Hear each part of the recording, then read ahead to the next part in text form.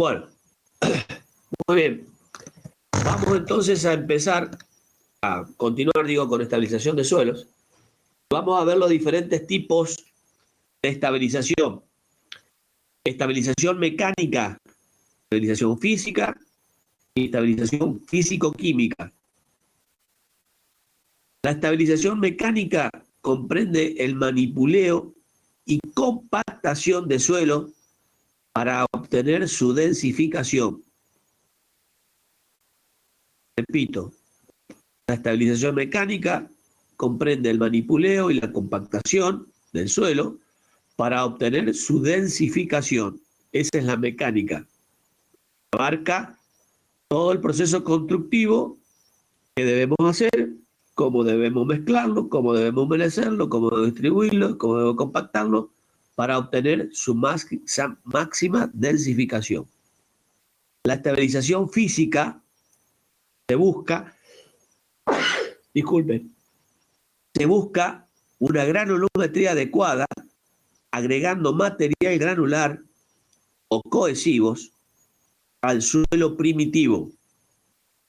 La física, entonces, se busca una granulometría adecuada, agregando material granular o cohesivo, o ambos, al suelo primitivo.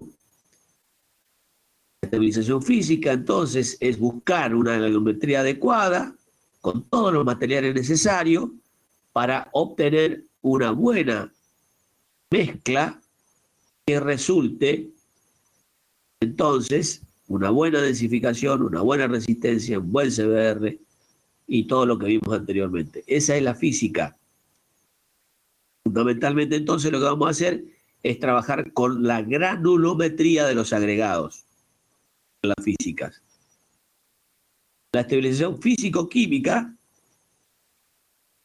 es mediante la adición de agentes estabilizantes, puede ser cal, cemento, betún o asfalto, se cambia las propiedades de los materiales, obteniendo otro, o sea, lo que obtenemos es otro producto. Por ejemplo, el suelo más la cal es un suelo cal, el suelo más el cemento es un suelo cemento, el suelo más el asfalto es un suelo asfalto, que no tiene nada que ver con ninguna de las dos propiedades, ninguno de los dos materiales que han mezclado antes, individualmente. Son totalmente distintos. Bueno, estos métodos prácticos de estabilización de suelo puede involucrar uno, dos o tres, puede involucrarse uno en otro. Fíjense ustedes que en todos los procesos de estabilización del suelo, nosotros vamos a tener la participación de la estabilización mecánica, tanto en la física como en la físico-química. Siempre va a haber una estabilización mecánica. ¿Por qué? Porque en la física vamos a lograr la granulometría, vamos a tener que luego mezclarla, humedecerla y compactarla. Ingeniero, disculpe, ¿cuál era la definición de la estabilización mecánica? Perdón. Comprende el manipuleo y compactación del suelo para obtener su densificación. Bien, perfecto. La Perfecto. estabilización mecánica es nada más que el proceso de compactación de los suelos. No hay otra. Esa es la mecánica, ¿eh? Es el proceso de compactación de los suelos. Por eso digo que la estabilización mecánica va a participar en las otras dos, porque las otras dos estabilizaciones vamos a tener que hacer el proceso de elaboración, distribución y compactación. La física y en la físico-química. Entonces, es fundamental la estabilización mecánica que interviene en las otras dos. La física es una granulometría adecuada que también va a intervenir en la físico-química, porque vamos a tener un material adecuado, elegido, calculado, estudiado, y le vamos a adicionar un producto, cualquiera sea, químico para estabilizar ese material. Así que hay una comunicación, hay una interacción entre cada una de las estabilizaciones, pero la fundamental es la mecánica, y la mecánica es la compactación Y la compactación, nosotros tenemos definida como estabilización mecánica la compactación especial. Se basa en la teoría del Proctor, que ustedes todos lo conocen. Se dice que para cada tipo de suelo que tenemos o cada tipo de mezcla que tenemos nosotros, tenemos una densidad máxima y una humedad óptima. Así que también para la estabilización físico-química y la estabilización física vamos a tener este fenómeno. En la estabilización físico-química seguramente vamos a tener no un ensayo Proctor, pero sí vamos a tener una mezcla densificada que será ensayada a otros procesos de ensayo que nos darán no la densidad máxima, pero sí nos va a dar resistencia de cada una de esas o las estabilidades de cada una de esas mezclas que vamos a tener. Así que bueno, fíjense ustedes cómo la mecánica interviene en todo y empieza a trabajar esa situación, esa estabilización mecánica empieza a trabajar en cada una de las estabilizaciones que tenemos aquí. Entonces la mecánica y la compactación especial con equipos, la física la estabilización granulométrica y la física química la estabilización con adición de algunos de estos materiales. Y acá dice productos químicos porque también podemos agregar sales a la estabilización físico-química para estabilizar suelos y tener un producto distinto a los que conocen normalmente, igual que el suelo betún. Muy bien. Vamos a ver entonces la estabilización mecánica o compactación especial. Este es el principio a través de la teoría de compactación de Proctor. Determina la densidad que puede adquirir el suelo con una humedad dada, con una energía de compactación aplicada determinada. Esa humedad se conoce como humedad óptima. Creo que tengo acá, a ver si lo tengo por aquí, déjenme ver.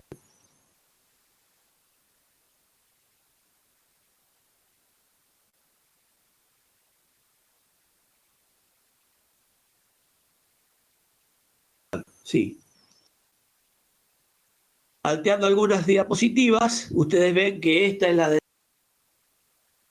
densidad Proctor para cualquier tipo de suelo y van a tener una densidad seca máxima para un tipo de suelo definido y una humedad óptima para un tipo de suelo, más la curva de saturación. Esta es la curva de compactación para un suelo definido, cualquiera.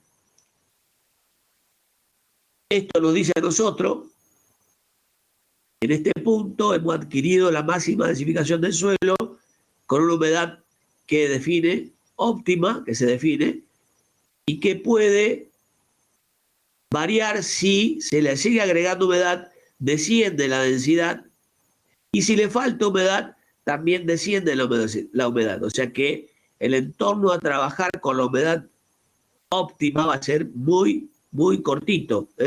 Si la densidad óptima es el 13%, el 14% o el 12%, tendremos que trabajar con el 11, con el 10, con el 12, el 12,5, el 13, el 13,5, y ahí estaríamos trabajando para esta densidad máxima. O sea que la curva de compactación nos está dando a nosotros la cantidad de agua a trabajar y a agregar por metro cúbico o por peso del suelo seco y la densificación o la energía de compactación que vamos a tener que trabajar para definir, para tener nosotros la posibilidad de definir esa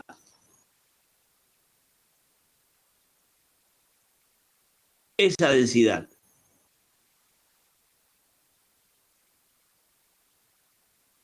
Muy bien, entonces determinamos la humedad óptima del suelo que se trate, el control rígido de la obra es la cantidad de humedad, obvio. Si nosotros nos falta humedad no nos vamos a dar nunca la densidad máxima, y si nos pasamos de humedad va a disminuir la densidad máxima, o sea que va a tener menos densidad, así que ese control es estricto.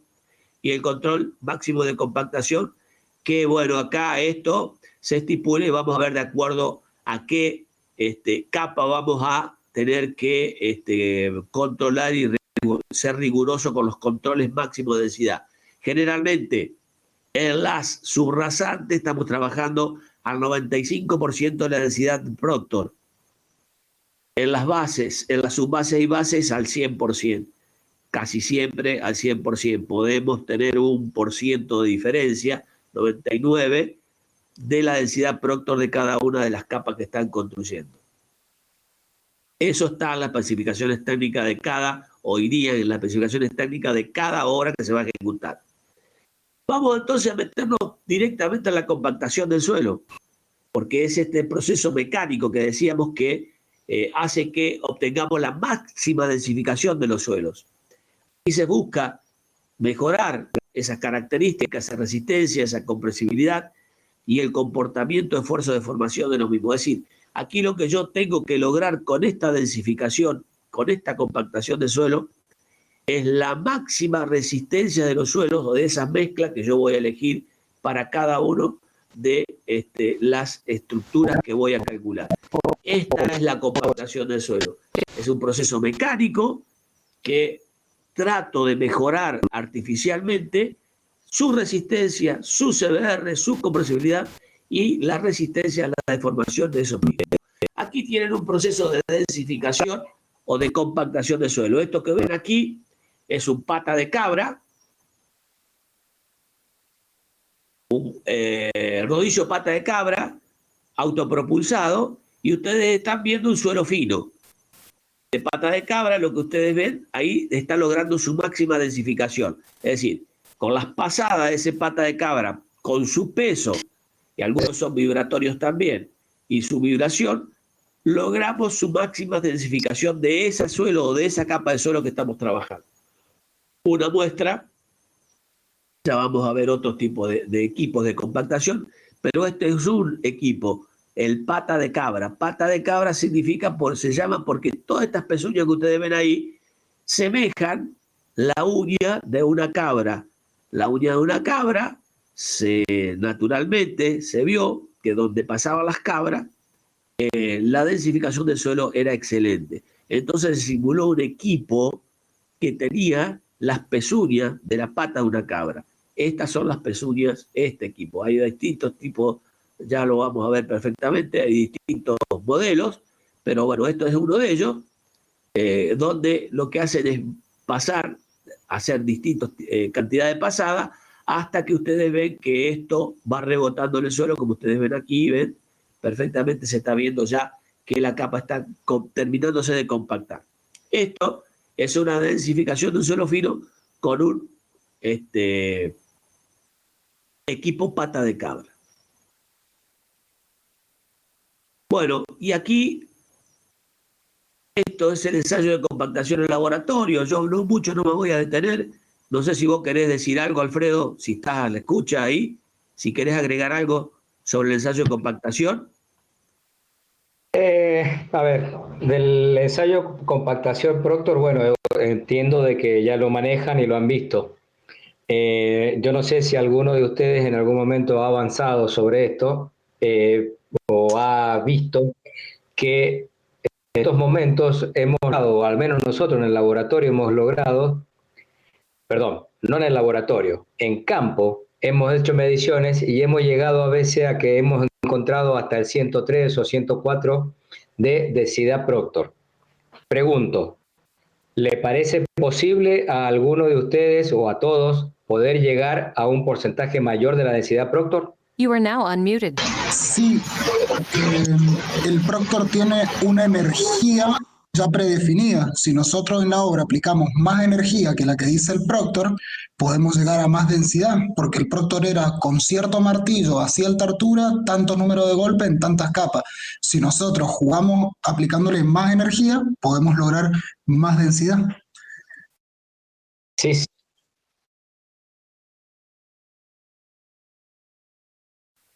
Bien, pues, ¿quién fue el primero que habló? Gabriel, ¿o fuiste? Bien, Francisco. Exacto. A ver, Francisco tiene razón. Si ustedes recuerdan, la definición del ensayo Proctor dice que es la máxima densidad que puede lograr para una para una energía de compactación dada. Y la energía de compactación dada está dado, lógicamente, ahí lo ven en la pantalla, por ese pisón que cae de una cierta altura. Lógicamente, se logra la máxima densificación para esa de compactación. Nosotros en terreno hemos medido, tampoco no hemos medido mucho más de esto, porque tampoco, o sea, con la densidad Proctor se logra una buena densificación y casi la máxima que puede alcanzar el suelo. ¿Qué ha ocurrido? Y contestándole a Joaquín, me pareció que por ahí alcancé a leer un nombre, o Gabriel. Pues, bien, Gabriel. No está mal lo que vos pensás, pero ¿qué ocurre? Con los nuevos equipos de compactación que hay y con la gravedad que realmente corresponde, se logran densidades más de la densidad Proctor. Ahora bien, no mucho más que eso, porque si no ya el suelo se rompe, ¿sí? Pero se puede lograr densidades que están en el orden del 103 al 105% de la densidad Proctor. De todos modos, cuando lleguemos a la clase de laboratorio, ahí vamos a ver los elementos, vamos a ver lástima que parece que como esto va, no sé si vamos a poder ir a hacer una visita al laboratorio, pero bueno, ya veremos cómo va a desarrollarse esto sobre la marcha. Pero por lo menos en la exposición vamos a ver los distintos elementos del laboratorio más adelante. Era eso nomás, porque, a ver, hablar del CBR y de alguna otra cosa no lo tienen claro porque no lo hemos visto, entonces no sería.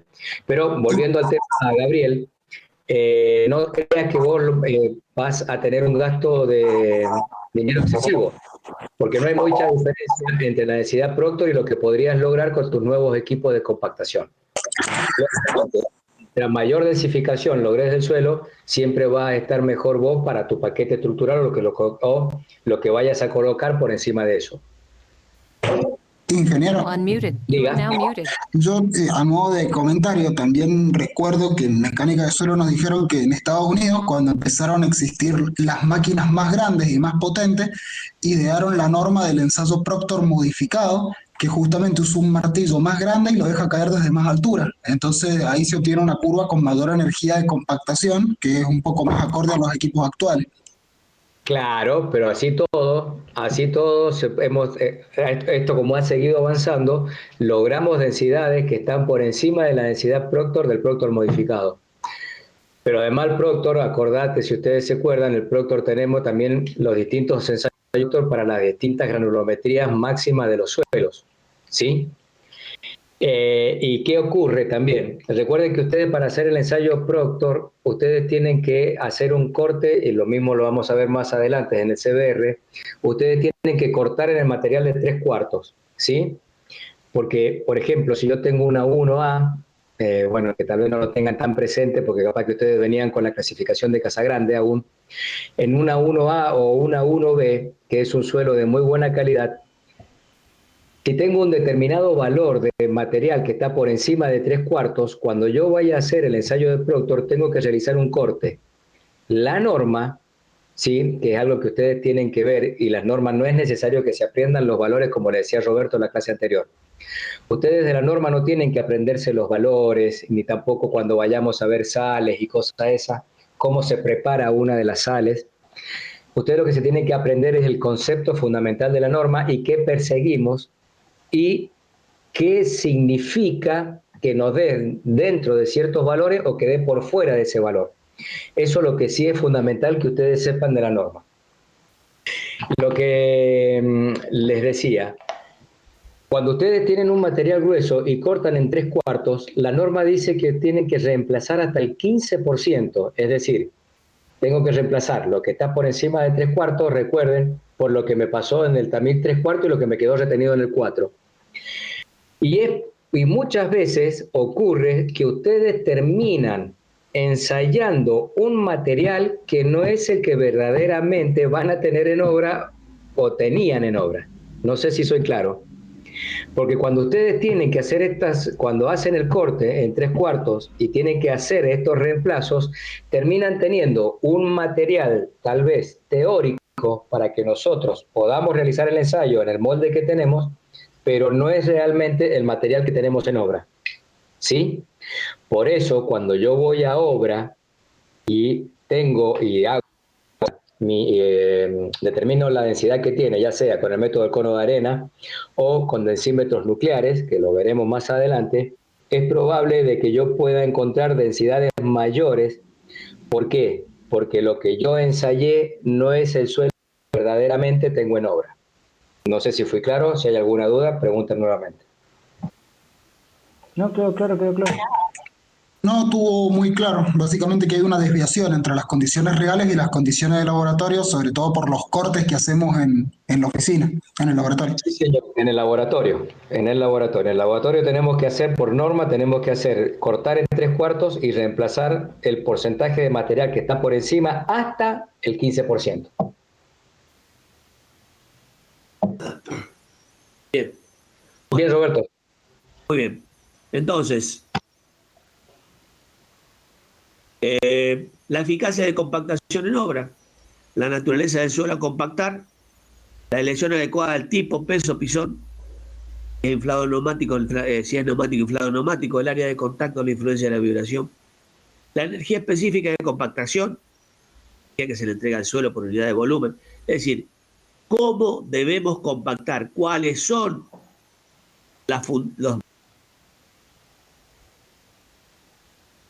compactar. No es lo mismo con de 20 centímetros o de 10 a 15 centímetros que compactar una capa de 50 centímetros con un equipo, con un mismo equipo. Acá hay diferencias de, como decían los chicos y como decía Alfredo, de energía de compactación para una misma capa. Entonces, hay una misma energía de compactación para distintas capas. Aquí, si tenemos capas más profundas, más altas, de más espesor, debemos cambiar esa energía de compactación. Hay una elección adecuada de equipos para cada determinado tipo de suelo y cada determinado espesor de capa. La energía específica de compactación que debe ser dada a cada suelo debe ser la adecuada para que tengamos un alto rendimiento y tengamos un número de pasadas definido de cada equipo sobre esa capa que vamos. Una densificación del suelo. You are now El contenido de humedad. ¿Eso último que dijo? ¿De vuelta? Sí, Roberto. Se volvió a cortar. Hubo un corte de un ratito. Bueno, no sé qué es lo que no. Venía bien en de la naturaleza, en la elección adecuada del equipo, hasta ahí venía bien, la energía específica, por ahí se te cortó un poquito cuando estaba en la última parte. Lo que dije al final de todo es que debemos elegir el equipo adecuado para el suelo, adecuado para cada tipo de suelo, y evidentemente esa energía de que ese equipo que nos transmite al suelo debe ser también el adecuado para una capa definida o un espesor de capa definida para cada tipo de suelo. Que es lo que dije anterior, o sea, ustedes no pueden compactar con el mismo equipo una capa de 15 y una capa de 50 centímetros de espesor. Ahí estamos complicaditos con el tema si no tenemos el equipo necesario. Para cada capa o para cada tipo de suelo, un equipo adecuado. Suelos distintos, ¿no? Se usan equipos determinados para cada tipo, que lo vamos a ver inmediatamente.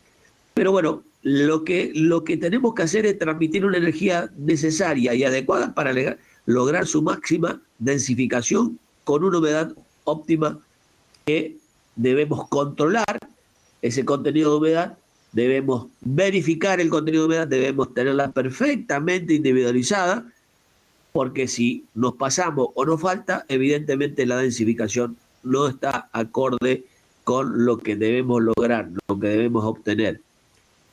Cantidad y espesor de capa del terraplén, número de pasadas de equipo de compactación, todo esto va a estar dado de acuerdo a ese equipo, que debemos usar en cada trabajo de densificación de los suelos que tenemos. De compactación por cada capa que vamos a hacer, un control de densificación. Ustedes van a hacer una capa de terraplén de 15 o 20 centímetros, la compactarán, dirán, muchacho, inspector o ingeniero, está compactada, venga, verifíqueme, se saca la densidad y se corrobora la densidad de in situ en el terreno de esa capa, comparándola, por supuesto, con el Proctor que han realizado de ese suelo en laboratorio. Así que ese es el control de grado de compactación. Y los grados de esos controles se hacen con el método ARANA, como ya dijimos, con el voluménómetro que se usa muy poco, y el densímetro nuclear, que ya vamos a ver alguna foto ahí por ahí que tengo. Ese densímetro nuclear y el método ARANA son los más usados actualmente. Muy bien. Esa es la estabilización mecánica. La física tiene como finalidad lograr una geometría adecuada a través ya dijimos, de la combinación de distintos materiales, ya sean granulares y o cohesivos. Este tipo de estabilización se llama granulométrica también. Estabilización granulométrica, física o granulométrica. Y la físico-química es la incorporación de agentes estabilizantes o agentes que agregados a un terreno natural, a un suelo, a una mezcla que ustedes han realizado natural o una mezcla estabilizada, agregándole agentes, una estabilización física porque es una granulometría adecuada, más un agente químico agregado a esa mezcla o a esa estabilización o a esa granulometría que ustedes han elegido de la mezcla que van a estabilizar. ¿Qué tenemos que hacer? Las condiciones de los agentes estabilizantes deben estar disponibles, deben ser de durabilidad adecuada, de bajo precio, de almacenaje fácil de almacenar y de fácil transporte. Bueno, evidentemente nosotros tenemos que tener todas estas condiciones: disponibilidad, durabilidad, bajo precio, almacenarlo fácilmente y transportarlo fácilmente. Fíjense ustedes que todas estas condiciones, una las nombra, pero llegado el momento, si por ejemplo tenemos que hacer una estabilización con cemento y estar en el medio de la nada, estar en la ruta 40 entre Pareditas y el Soñado, en la mitad del tramo. No sé, tendrá 140 kilómetros, póngale 70 kilómetros del medio del tramo. Hay que almacenarlo y hay que transportarlo. Bueno, todo eso tenemos que tenerlo en cuenta. Fíjense que almacenar cemento no es tan sencillo. Si bien lo puede hacer a granel en tolva, también lo puede hacer en bolsa. Y todo esto debemos almacenarlo, debemos transportarlo y obtener un almacenamiento que no tenga ningún tipo de problema o de contacto con la humedad ambiente o la humedad por lluvia o la humedad que fuera en el depósito que lo tienen. Bajo precio ni hablar. El cemento no es bajo precio. La cal es más bajo precio que el cemento. La durabilidad del cemento es más durable que la cal. Y disponible, bueno, la cal y el cemento, nosotros el cemento tenemos más disponibilidad que la cal. Si bien tenemos caleras acá en San Juan, el transporte de San Juan hasta aquí es mucho más complicado que el cemento que lo tenemos acá en la ruta 50, en la ruta 52. Acá, en nuestra cementera. Bueno, todas estas cuestiones, todos estos procesos, y eso estoy hablando que estamos aquí, supónganse que están en el medio de la nada, la Patagonia, todo esto hay que evaluarlo, hay que sopesarlo, hay que ver a qué nos volcamos, para qué vamos a usar en la parte química, qué agente estabilizante vamos a colocar, y vamos a tener que tener mucho cuidado en definir esos agentes con todos estos puntos que les estoy diciendo. Evidentemente, si tenemos asfalto, queremos estabilizar con un suelo asfalto, va a ser primero caro y segundo engorroso su almacenamiento. Vamos a tener que tener depósitos considerables, tanques para depositar, todas estas cuestiones, cómo distribuirlo, un camión de distribución, bueno, todo esto es debemos tenerlo en cuenta, debemos estudiarlo y debemos sopesarlo económicamente. No se olviden que siempre está en nuestra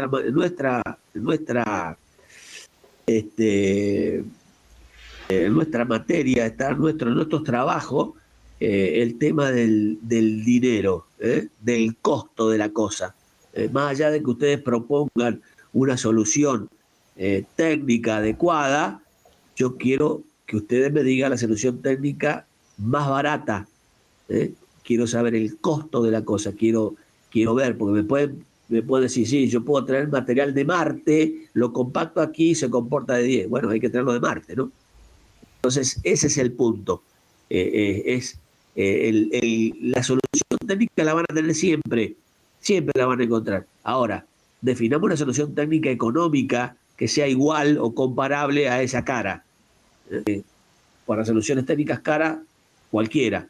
El tema es tener un conocimiento de la cosa y elegir la solución técnica que sea rentable, que sea barata y que ustedes van a trabajar para ganar dinero y que se gane dinero en forma correcta. Ese es el punto. Bueno, la modificación de las propiedades de los suelos para suelos granulares y finos, compactando y haciendo densificación, vamos a modificar estos suelos. Para suelos granulares lo que vamos a hacer es compactar los suelos granulares y evidentemente vamos a obtener una unión o una interacción entre partículas, como ustedes ven ahí, mucho más contacto. Es decir, vamos a lograr que los suelos granulares tengan caras o superficies de mayor contacto. Por lo tanto, vamos a agregar una trabazón entre esos granulares, suelos granulares. Vamos a ver de que va a haber más superficie de contacto y que el esqueleto va a ser más rígido, va a tener más resistencia. Para eso los compactamos, para lograr esta propiedad de esos suelos granulares. En los suelos coexivos no existe el verdadero esqueleto, como ya lo dijimos anteriormente, pero predominan las partículas. Pero sí existen partículas dispersas finas que, si nosotros les damos densificación, esas partículas, a ver si lo tengo por aquí.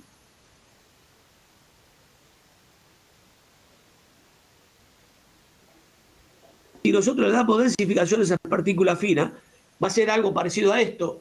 Es decir, van a estar un poquito dispersas, pero si yo las compacto y hago un trabajo mecánico, voy a lograr esta densificación. Las partículas van a estar más en contacto, las partículas finas. Y fíjense que se va a ver potenciada y van a ser muy buenas su densificación. ¿Por qué? Porque va a ser potenciada la cohesión verdadera y la aparente, más la densificación que yo le voy a dar.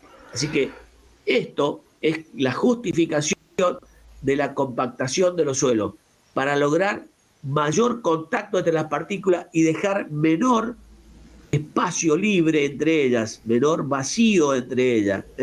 Esto es lo que queremos lograr, que haya el mínimo de vacío entre partículas. Muy bien. En lo expuesto de todo esto dicho, como dijimos, que hemos hablado recién, se puede decir que el proceso de estabilización lleva a mejorar la calidad de los suelos, logrando una estructura mucho más estable a las cargas interiores y agentes climáticos. Es lo que queremos lograr. Nosotros queremos lograr trabajar con cualquier tipo de suelo, a obtener con cualquiera de las estabilizaciones, sea mecánica, física o físico-química, una mayor calidad del suelo que estamos trabajando. Esa es nuestra función. Mayor calidad significa que, como dice ahí, vamos a resistir o van a resistir esos suelos las cargas a que va a estar sometida y los agentes climáticos o el agua que tuviéramos de la napa freática o de lo que pudiera haber, o por inundación o por lo que sea. Esta capa que nosotros hemos trabajado debe resistir o debería resistir estas influencias de los agentes exteriores en cuanto a la humedad y los agentes climáticos. Vamos a ver ahora estabilización mecánica puntualmente, la compactación de suelos. Ya lo dijimos, que es el proceso mediante medios mecánicos por el cual se obliga a las partículas de suelo a ponerse en contacto uno con otro, mediante la expulsión de todo el aire y tratar la densificación. Esto es lo que yo le mostré recién. Esa es la compactación mecánica, el estudio de la compactación mecánica. ¿Por qué vamos a compactar? Y vamos a compactar para acercar las partículas, para que haya más trabazón, para que disminuya el vacío y baje la impermeabilidad de esos suelos, baje los cambios de volúmenes, tenga más resistencia y el otro que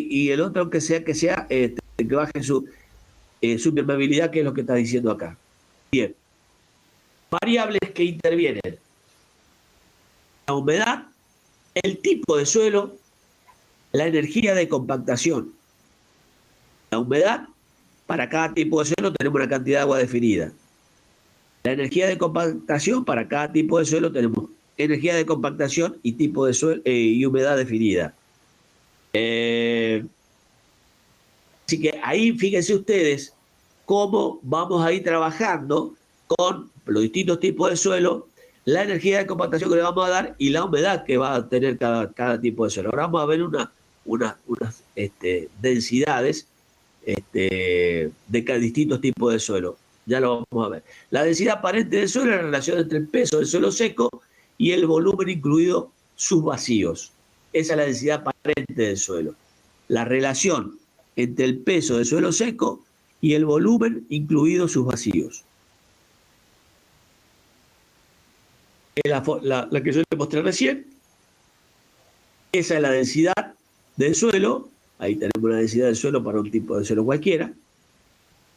Y aquí nos vamos a detener un ratito para ver y para mostrarles un poquito los distintos tipos de suelos. Ustedes ven, espero que vean bien las curvas de distintas densidades, con distintos valores de densidad. Aquí tienen 2.1, 2.05 o 2. Aquí tienen 1.85, aquí tienen 1.80 y aquí tienen 1.50. Fíjense ustedes cómo las densidades de los suelos van variando, y fíjense cómo van variando en función de la calidad de los suelos. Estos son suelos granulares mezcla con fino, y estos ya son suelos finos. Y fíjense cómo aumenta la humedad para cada una de esas densidades. ¿Qué estamos viendo con este gráfico tan sencillo? Acá ya las últimas curvas, estas dos últimas curvas ya son arcillas, suelos muy finos. Y hay una mezcla entre granulares y finos, y aquí ya granulares prácticamente. Fíjense que es lo que estamos viendo con esta curva, más allá de la curva de saturación. Con estas curvas lo que estamos viendo nosotros es el manejo que tenemos o la densidad que tenemos para cada tipo de material, granulares y finos. Fíjense ustedes que nos da una relación, esta densidad de 2.2 kilo por decímetro cúbico que tendría aquí esta densidad del granular, contra 1.4 o 1.5 del suelo fino. Ahí nos está dando una relación, la densidad nos da una idea cabal de la resistencia. Esa densidad nos está dando una información, nos está diciendo que a mayor densidad, mayor calidad de los suelos. Si ustedes se prestan atención, cuando ven números en cuanto a densidad de distintos tipos de suelo, se van a dar cuenta que si la densidad es mayor va a ser la resistencia del suelo. Por lo tanto, va a ser mayor su CBR, su valor soporte. A medida que nos alejamos, que nos bajamos al valor de la densidad a 1.50, vemos que los suelos tienen un valor menor de resistencia a las cargas, menor valor soporte, menor CBR. Quiere decir que entre la densidad y el CBR hay una relación, hay una información que se cruza. Si ustedes obtienen la densidad de un suelo, y por supuesto tienen un suelo granular, van a saber que ese suelo granular, evidentemente con esa densidad que tienen, con estos valores de 2, 1.80, 1.70, 1.75, 1.80, van a tener un CBR óptimo, alto. Para valores de densidad de 1.40 para arriba, 1.30, 1.50, van a tener un CBR bajo. Fíjense cómo la densidad les informa, le está dando datos, le está tirando información de qué valores de resistencia van a tener los suelos. Así que es muy importante obtener la compactación de distintos tipos de suelo, la información, para verificar y para tomar y tener en cuenta de qué datos los tira con la densidad misma o con esa densidad máxima, con esa humedad óptima. Nos está tirando una información de que si el suelo es bueno o es malo, directamente. Después corroboraremos si con el CBR haremos los ensayos que correspondan, pero de entrada la información que nos tira es decir, bueno, si tiene 1,80 para arriba, 1,70 kilos por decímetro cúbico, bueno, estamos. Bueno, si está para abajo, estamos con un material bastante regular o para abajo. Entonces, debemos tener esa información, debemos tener presente esa información. No son valores difíciles de fijar y de tener en cuenta, son valores bastante fáciles de manejar en cuanto a la densidad de los suelos, en cuanto a la densidad, a la información que nos tira esa densidad. Bueno, y la curva de saturación lo que nos dice aquí es que siempre el material, la curva es siempre asintótica a la rama húmeda de la curva de Proctor. Y es asintótica porque nunca va a estar cubierto el suelo en su totalidad, los vacíos va a estar cubierto siempre va a tener algo de vacíos, por eso es asintótica, no se toca. Si está saturada completamente es cuando tenemos la curva, tenemos los valores directamente en la curva aquí, ahí porque está saturada, está lleno de agua los vacíos. Pero en general, si tenemos estas curvas, ¿sí? La curva de saturación va casi asintótica a la rama húmeda, ¿por qué? Porque siempre hay algo de vacío, nunca se va a tocar, algo de vacío va a quedar, nunca vamos a poder sacar todos los vacíos de los suelos en una densificación justamente de suelos. Así que esa es la curva de saturación, que se puede calcular, hay una formulita, bueno, toda la historia. Sí, dale. Además, si estuviesen todos los poros, pero lleno de agua, que no hubiese nada de vacío, entonces no habría contacto entre poros. Entonces ya, contacto entre poros, no, perdón, en contacto entre partículas. Entonces ya dejaríamos de tener tal vez hasta incluso el concepto del suelo de ahí. Correcto. Muy bien. Bueno, acá las variantes que Alfredo después le va a contar un poco más, el ensayo de compactación dinámico, algunas variaciones que tenemos cuando den el tema de ensayo y todas estas cuestiones con él, les va a contar un poquito más sobre estos temas de ensayo producto de compactación. Dinámico, estático y todo lo demás. Bueno, aquí tienen ustedes los distintos tipos de molde que hay para estos ensayos. Ensayo para suelos finos, ensayo para suelos granulares. Aquí tienen la clasificación que hablaba recién Alfredo, un poquito. Y aquí tienen los distintos tipos de molde y de pisones de altura para los distintos tipos de materiales, finos y gruesos. Esta tabla también la tienen lo tienen ahí en la norma de ensayo. Les muestro para que vean de que evidentemente para cada tipo de suelo hay un ensayo Proctor definido. Y por supuesto un molde definido. Como hablaron ustedes. Bueno, acá está la fórmula de cálculo de las densidades. Y yo les mostré hoy, es lo que hablaba Alfredo, un poquito las correcciones que hay que hacer de los porcentajes retenidos en los tamices 3/4. Entonces, mayor del 15%, menor del 15%, retener, y ahí están las correcciones que decía Alfredo que hay que hacer con anterioridad. Aquí están las correcciones. Bien, y el método estático de compactación es un método estático de compactación California. Este procedimiento se aplica una meta estática de 140 kilos, 140.6 kilos por centímetro cuadrado. Esto lo vamos a estudiar para comparar el método estático de compactación con el método dinámico de compactación. A ver, ¿cuál es la razón, cómo varía y cuál es la relación que hay entre las densidades, el método estático de compactación y la variación de los vacíos que pueden tener una probeta? Para eso vamos a saber de que el método estático de compactación es la aplicación de una carga estática gradual que se va aplicando hasta obtener 140.6 kilos por centímetro cuadrado. Se densifica la probeta de esa forma y con un gato hidráulico, por supuesto, y los métodos de dinámica de compactación son más realistas que los estáticos, según dicen, porque evidentemente la rueda de un vehículo no es estática, sino que se va moviendo y va aplicando cargas en la medida que se va tomando algunos saltos. Entonces, es el dinámico más representativo que el estático, porque semeja mejor la carga que transmiten los neumáticos de los vehículos. Esa es la idea, digamos, que tenemos para usar el dinámico y no el estático. Vamos a estudiar la curva de estabilidad. La curva de estabilidad con la curva de humedad, densidad de saturación.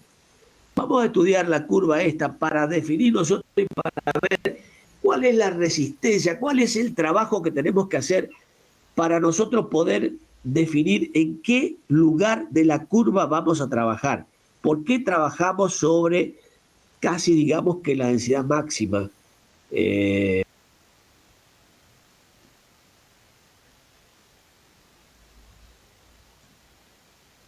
A ver, perdón, la curva, humedad, densidad de saturación.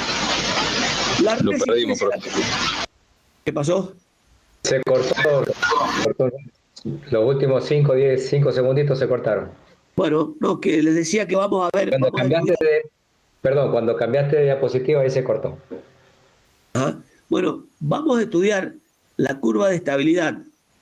La curva de estabilidad la vamos a estudiar para comparar y para definir en qué lugar de la curva Proctor vamos a trabajar nosotros con la humedad óptima. ¿En qué lugar? Si corrida, con la humedad óptima justa, más allá, más acá. Esa es la función que vamos a tratar de definir con este estudio de la curva de estabilidad con la curva humedad densidad de saturación. Entonces, lo que vamos a hacer es definir una resistencia a la penetración que da una idea del grado de compactación. Para eso, vamos a ver la aguja Proctor. Este dibujito que están acá se asemeja a la aguja Proctor. La aguja Proctor es una aguja, como ustedes ven aquí, con una superficie de punta que penetra a la probeta ensayada. Esto aquí es como un helicóptero, pero es nada más que es como un sacacorcho, va penetrando, y este resorte nos marca a nosotros la resistencia a la penetración, que es nada más y nada menos que es la fuerza, que es K por D de la aguja Proctor. F es la fuerza necesaria para producir la impronta de profundidad D, y K es la rigidez del resorte. Es una constante del resorte que ustedes van a usar en kilo por centímetro cuadrado. Esto está dado por esa aguja Proctor. D, el desplazamiento le dio en la regla. F, a lo que mide esta regla graduada, el resorte aquí, y una constante K. Lo vamos a hacer para cada uno de los puntos de compactación, cada uno de los puntos de la probeta de compactación que aquí está, para 8, para 10, para 12, 14, 16, 18, 20, 22, vamos a hacer la probeta para esta humedad. Penetración con la aguja, calculando la resistencia a la penetración y graficando en este punto. Vamos a hacer para 10 centímetros lo mismo el ensayo Proctor, vamos a hacer la probeta con la humedad de 10% y vamos a hacer la penetración con la aguja Proctor y vamos a tener aquí la resistencia a la penetración en libras por pulgadas cuadradas de la aguja Proctor. Lo mismo para la densidad máxima, la humedad óptima, lo mismo para 14, bueno, y así sucesivamente. Entonces tenemos dibujada perfectamente la curva de estabilidad aquí arriba, calculada con la aguja Proctor para cada una de las probetas que hicimos aquí abajo, y la curva densidad, humedad y la curva de saturación. Densidad, humedad, saturación. Repito, para cada punto de humedad que hemos ensayado con el Proctor, hemos calculado la resistencia a la penetración con la aguja Proctor para cada uno de esos puntos. Muy bien. Entonces vamos a probar y vamos a ver, por ejemplo, si yo tomo aquí este punto, vamos a suponer que tengo 8% de humedad, tomo este punto y veo aquí qué densidad máxima tiene para 8%. Si yo me voy por acá, perdón, veo qué densidad máxima tiene y subo y veo cuál es la resistencia a la penetración en libras por pulgadas de tengo. Fíjese que es 2400, casi la máxima, para una densidad bastante baja y una humedad del 8%. ¿Qué pasa si yo me voy y recorro la curva y me voy a la curva de saturación? Si yo voy a la curva de saturación, voy a ver que tengo una reducción de la resistencia a la penetración bastante considerable. Es decir, bajó de 2400 casi a cero. O sea, no hay resistencia a la penetración con la probeta saturada. Sin embargo, si yo, bueno, acá se nos va la curva acá, pero si yo recorro un poquito antes, también aquí algo voy a tener de densidad y aquí nada de resistencia a la penetración en la curva de estabilidad. ¿Qué quiere decir esto? Que con suelos secos, con poca humedad, tengo alta resistencia a la penetración. La aguja Proctor me da mucha resistencia a penetrar esa probeta. Pero si tengo gran cantidad de humedad, evidentemente la aguja Proctor penetra mucho más rápido y no tengo nada de resistencia a la penetración. Entonces quiere decir que, evidentemente, si yo me voy hacia la curva, hacia la humedad óptima y la densidad máxima, voy a ver cuánto varía en la curva Proctor, cuánto varía aquí la densidad. Casi que no varía nada, varía muy poquito, muy bajo porcentaje la densidad, de 1900 a 1930 desde aquí. Y si yo subo, fíjese cómo varía de 2400 a 1000 en la curva de estabilidad y voy a la curva de saturación. ¿Qué significa esto? Significa que las probetas deben trabajarse óptima de ser posible. Si no se trabaja con la humedad óptima, podemos trabajar con un porcentaje superior. ¿De qué? Ingeniero, De que se está cortando un poco. ¿De dónde? Dijo algo de las probetas y ahí se le cortó. Volvió y se le volvió a cortar. Dijo que las probetas deben trabajarse y ahí se cortó. Y también se escucha el micrófono intermitente del profe Obredor. Está como golpeando algo. You are now muted. Alfredo, apaga tu micrófono. Perdón, no me di cuenta que estaba abierto, ¿sí? Perdón, estoy con la máquina, perdón. Bueno, vamos de nuevo. Dijimos, cuando comemos con baja humedad, con poca humedad, Disculpe, se volvió a cortar así de... Dijiste, vamos de nuevo y se cortó. You are now muted. bueno, mira, a ver ahora, ¿me escuchan? Ahí sí. Bueno, dijimos así medio rápido, haciendo un repaso rápido, dijimos que con baja humedad teníamos una resistencia a la penetración bastante elevada, y teníamos una densidad determinada. Si íbamos a la curva de saturación, veíamos que los vacíos que tienen aquí son menores aquí, y si elevamos hacia allá, vamos a ver que la resistencia a la penetración se ve disminuida de 2400 casi a nada. Perdemos resistencia a la penetración si se satura la probeta. Si vamos al nivel de la humedad óptima, la densidad máxima, damos a la curva de saturación, que la pérdida de densidad es muy poca, casi 30 kilos por decímetros cúbicos, de 1930 a 1900 kilos por metro cúbico. De 1930 a 1900. Y la densidad, y la resistencia a la penetración baja de 2.400 casi a 1.000. Es decir, violentamente. ¿Qué significa esto? Significa que, más allá de los vacíos que se van a ver disminuidos, de resistencia, tenemos que trabajar siempre sobre la curva del punto de humedad óptima y densidad máxima. Podemos trabajar por encima y por debajo algún punto, un punto y medio, 2 puntos. ¿Cuándo? Del lado de la rama seca, de este lado, de la rama seca, cuando estamos en suelos, en climas húmedos.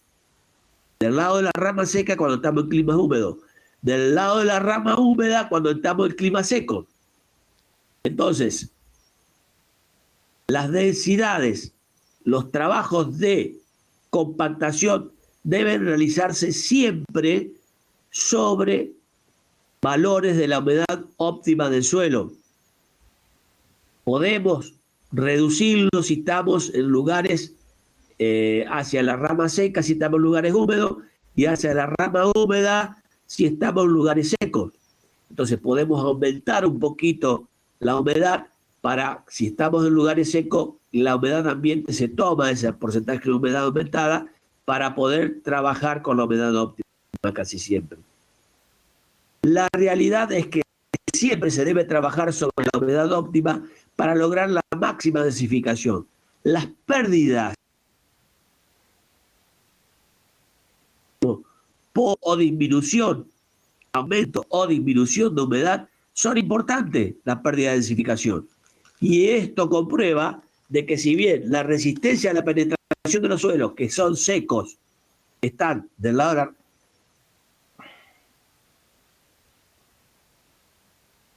Un momentito. Del lado de la rama seca, la resistencia a la penetración son mayores. Si se humedece, fíjense que disminuyen abruptamente. Entonces debemos trabajar sobre la humedad óptima para que la disminución que tenemos de resistencia que pudiéramos tener de los suelos sea mínima. Y podemos tener la salvedad, como digo, repitiendo el concepto, de trabajar en las ramas secas si tenemos lugares húmedos y trabajar sobre la rama húmeda si tenemos lugares secos. Eso es nada más la función de este gráfico de comparar resistencia a la penetración con la aguja Proctor respecto al ensayo Proctor y a la curva de saturación. Tener la idea y el concepto de que se debe trabajar siempre en el lugar de la humedad óptima con la cantidad de humedad o cantidad de agua óptima, con la máxima energía de compactación siempre, por supuesto. Así que ese es el concepto que tenemos de esto. Habría que ver si lo entendieron, si lo expliqué bien, si no hay ninguna duda. Pregunto. Ingeniero, una consulta. Sí. Viendo las dos curvas, la curva de compactación y la de estabilidad, y viendo que la máxima resistencia a la penetración no se alcanza cuando la densidad es máxima, ¿no nos convendría irnos un poco a la rama seca, trabajar con densidades menores, pero tener resistencia a la penetración mayor? No, porque fíjate que si vos te vas a la rama seca aquí, subí aquí, en cualquier punto, subí aquí y venite Claro. aquí. Venite aquí después a la desaturación. Fíjate cuánto perdés. Si vos estás en este punto, vamos a suponer que estás aquí. Vamos a suponer que estás aquí. Te venía a la rama húmeda. Mira cuánto perdés. Desde aquí hasta aquí. Desde ahí hasta ahí perdés prácticamente resistencia a la penetración. Entonces, perdés muchísima.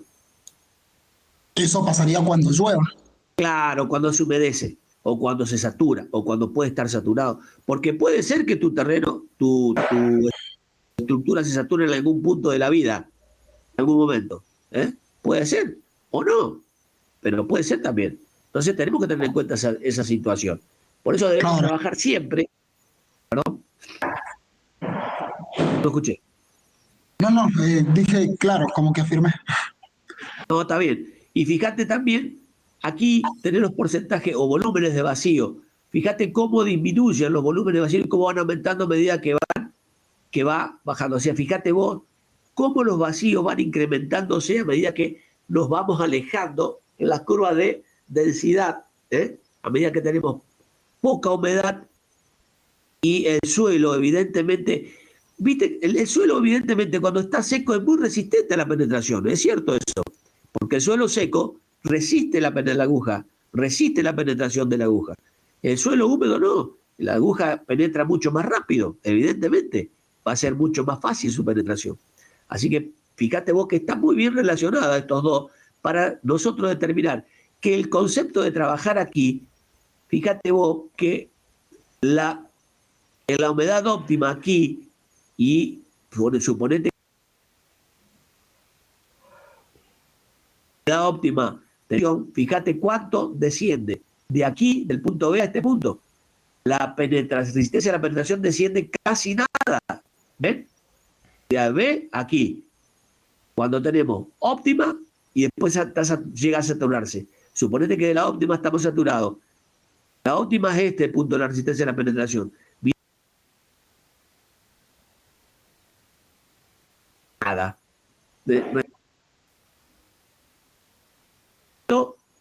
Y fíjate, 900 kilos prácticamente. Y fíjate todos los otros puntos que vos tenés, de rama seca y rama húmeda, desciende una barbaridad. Hay una diferencia de resistencia. Por eso se dice de que debemos trabajar siempre sobre ese punto de humedad óptima para poder tener una máxima densificación. Y sí, vuelvo y digo el concepto de que podemos trabajar sobre rama seca o sobre rama húmeda. Sobre rama seca podemos trabajar en lugares húmedos, y no se olviden que tenemos en el país muchos lugares húmedos, el litoral, provincia de Buenos Aires, Santa Fe, Misiones, Corrientes, el Chaco, todos lugares muy húmedos. La misma, toda la cordillera al sur es húmeda, y lugares secos que también los tenemos, que podemos trabajar sobre la rama húmeda para lograr que esa humedad que le estamos agregando de más se pierda con el clima que estamos trabajando. Ese es el concepto de esta. ¿Alguna otra pregunta de esto? Me quedó muy claro. Gracias. Macanudo. Continuamos. Muy bien. La energía de compactación. La energía de compactación se define por energía específica de compactación a la energía entregada a un suelo por unidad de volumen. La energía de compactación va a estar dada igual a el peso, por la altura de la capa, por el número de golpes, por el número de capas, sobre el volumen de esa capa. Esa es la energía de compactación. Fíjense ustedes que aquí tenemos el peso. El peso es el equipo. ¿Qué peso tiene el equipo? Cada uno de los equipos que ustedes van a utilizar tiene una energía, tiene un peso, transmite por su propio peso una energía de compactación. El peso del equipo. H, la altura de la capa, el número de golpes, vamos a tener, y el número de capas sobre el volumen de esa capa. Esa es la energía de compactación. La podemos definir. Esta energía de compactación viene definida por cada uno de los equipos que ustedes tienen de compactación. Sea rodillo, como vimos, pata de cabra, rodillos lisos, neumáticos. Todos tienen perfectamente definido en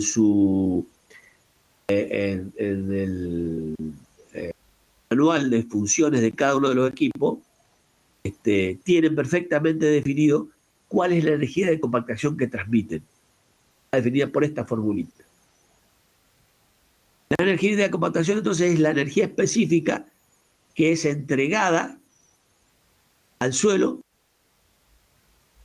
por unidad de volumen. Es la que yo doy al suelo para que se densifique. Es la energía que yo entrego al suelo para que se densifique. El índice de compacidad es el porcentaje de energía recibida por el suelo. Aquí, fíjense bien, el índice de compacidad es el porcentaje de energía recibida por el suelo. ¿Por qué? Porque no toda la energía va a las partículas. Alguna va a los vacíos que tiene el suelo, como dice acá abajo. Una sobre el suelo y otra en los vacíos. Si tenemos algo de agua libre, algo el agua, que no deberíamos tenerla, porque todo el agua que deberíamos tener en la mezcla debería estar o adherida o nada, o adherida, nada más. No podemos tener agua libre ahí. Todas las partículas recubren las partículas del suelo y ayudan a la atracción entre ellas. Y por supuesto ayudan a la compactación de esos suelos. Entonces, el índice de compacidad es la energía que yo entrego y que recibe el suelo en forma directa y que no se pierde. No es la que se pierde, es qué cantidad de energía yo entregué. Si yo entregué 10 kilos, ¿cuánto de esos 10 kilos fue a parar a las partículas? Ese es el índice de compacidad de los suelos, la compactación. Y aquí está, el índice de compacidad se puede calcular de esta forma. Ustedes tienen una energía de compactación cualquiera para un suelo, una humedad constante y un suelo definido, una energía de compactación cualquiera de cero, densidad cero esa, y una energía de compactación entregada. Y una energía de compactación máxima para una densidad máxima.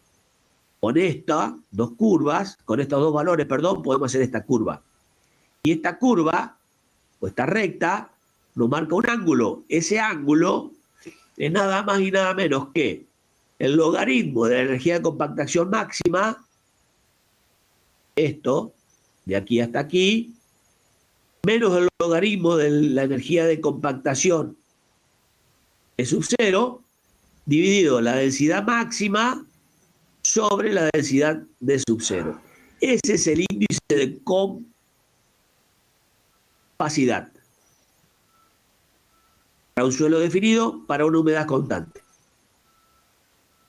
De esa forma podemos determinarlo. Ustedes tienen un suelo cualquiera, a una humedad constante, le dan una energía de compactación cero, tiene una densidad cero. Le dan una energía de compactación máxima, tiene una densidad máxima. Trazan esta recta y pueden definir la energía de compacidad, o sea, qué cantidad de energía recibió ese suelo.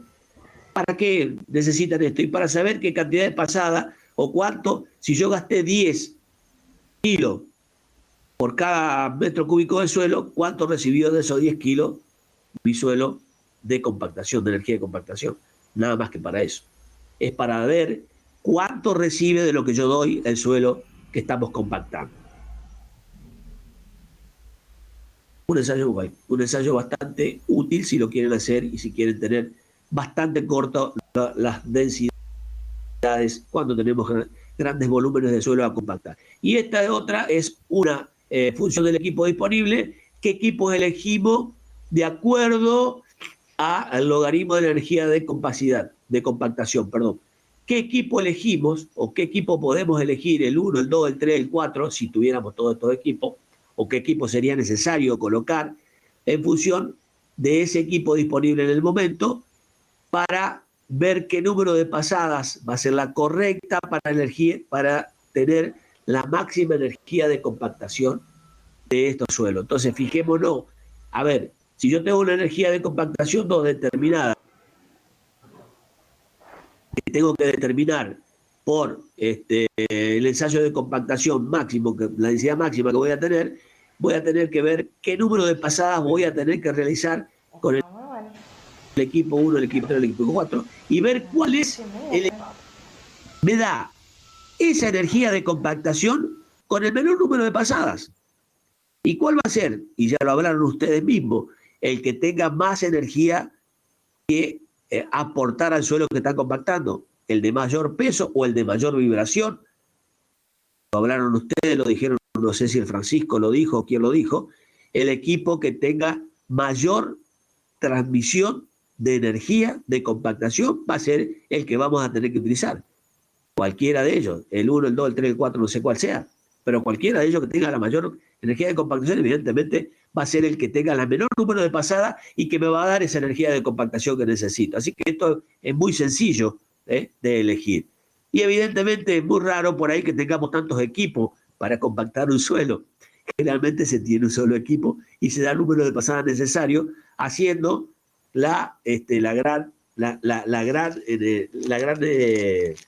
compactando una capa, dándole el número de pasadas necesario, sacando probetas, haciendo densidades, y comparándolas con el Proctor y viendo si ese número de pasada responde a la densidad máxima del Proctor. Es así como se hace el terraplén de prueba que siempre hablamos, ¿no? Número de pasada, densidad máxima y ver cómo se comporta el equipo de compactación con ese número de pasada. Tal vez sean 8, tal vez sean 10, y con 10 me da a mí la densidad máxima. Bueno, es una manera también de tener. Y aquí tenemos otro, elección de suelo y guía de compactación equivalente. Y para los suelos tenemos la energía, tenemos densidad 1 y densidad 2. Evidentemente, ¿qué energía equivalente, de compactación equivalente vamos a darle? ¿Qué suelo va a ser el conveniente aquí? Y evidentemente que tenga mayor densidad o el que tenga menos número de pasada, o que me dé la densidad necesaria. Y aquí dice, si la energía de compactación entregada por el equipo se ve que el suelo 2 es mejor que el suelo 1, la hora de utilizar el equipo de manera más eficaz es debido a que tengo mayor densidad del suelo 2. Por lo tanto, evidentemente, ¿qué suelo voy a elegir? El de mayor densidad, el que me dé más resistencia. Entonces, para la misma energía de compactación, voy a utilizar el suelo de mayor densificación que me dé más resistencia, porque dijimos que la densidad teníamos una relación entre densidad y CBR que nos daba un dato, que nos tiraba algunos datos así, no tan directo, pero sí nos decía tantos 2 por kilos por metro cúbico o por decímetro cúbico es mayor que 1.5. Entonces, bueno, acá la densidad 2, una misma energía nos va a dar el suelo adecuado para el uso porque tiene mayor densificación, evidentemente. Bueno, acá hay algunas cositas que vamos, no sé si llegamos a verla ahora. No, nos vamos a detener esto un poquito más a la clase que viene. Aquí hay una tabla de la capa a compactar, la ubicación A, la ubicación B.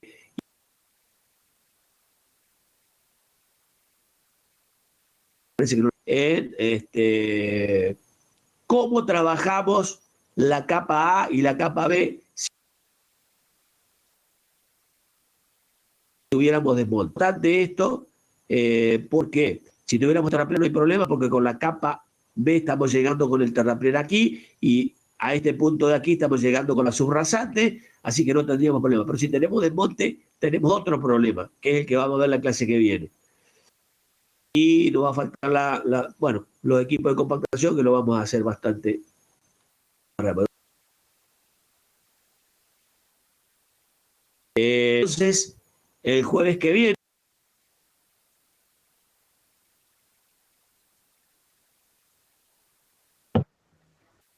se corta, Roberto, el jueves que viene y ahí se cortó.